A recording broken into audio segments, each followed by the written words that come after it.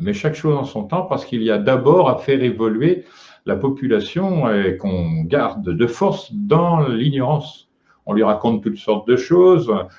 On parle de la droite, la gauche, c'est du cinéma total, parce qu'on continue à magouiller en dessous de manière conjointe. Ils se voient tous dans les dîners très chers pour nous et tout ça, pour se mettre d'accord sur ce qu'ils diront eux, ce que ne diront pas les autres, etc. On voit que l'Europe, c'est une fumisterie totale, qui a été engagée depuis très longtemps avant qu'elle n'apparaisse, et toujours par les mêmes. Il suffit d'enquêter là-dessus.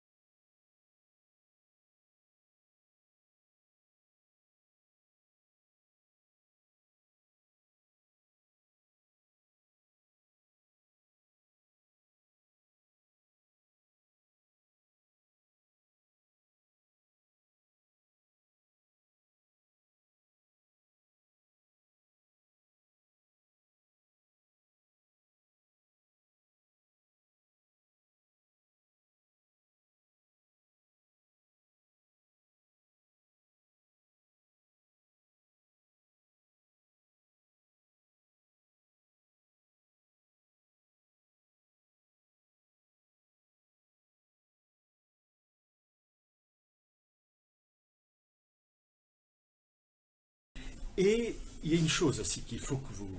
Je ne vais pas vous abreuver de nom, mais il y a un nom. Nom d'une personne qu'il faut connaître. Il est mort en 1960. 1988-1960, c'est Joseph Ratzinger. Vous allez comprendre pourquoi j'en parle. Parce que tous les instituts mondialistes qui régissent l'Europe viennent de lui. Il a créé en 1946 la Ligue européenne de coopération économique, qui va préparer la création de la CEE, Communauté économique européenne, traité de Rome, donc 1957. Qui va diriger la Ligue européenne de coopération économique, qui donc prépare cette Communauté économique européenne?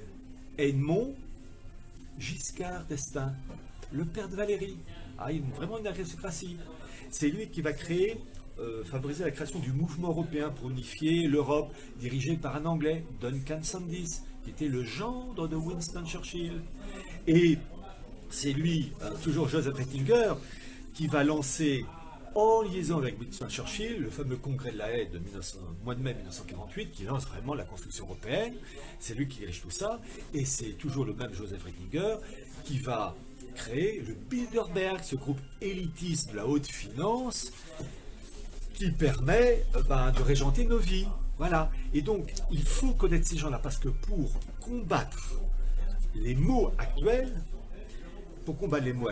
il faut connaître, sans rentrer dans les détails, il faut connaître les noms de certaines personnes, et Joseph Ratzinger, parce que le mal est ancien. Le mal est ancien. Et je pense à la Pan-Europe, et c'est ce qu'on se disait tout à l'heure. La Pan-Europe donc, a été créée dans les années 20, lorsqu'il y a eu, donc qui était à l'époque dirigé par Richard de Coudenhove-Kalergi, et bien en 1966, vous avez un congrès pan-européen, et Richard de Coudenhove-Kalergi invite qui? Un certain Giscard d'Estaing, là c'est Valéry, le fils, pour parler de la monnaie européenne, qui ne s'appelait pas encore l'euro, mais ça y est.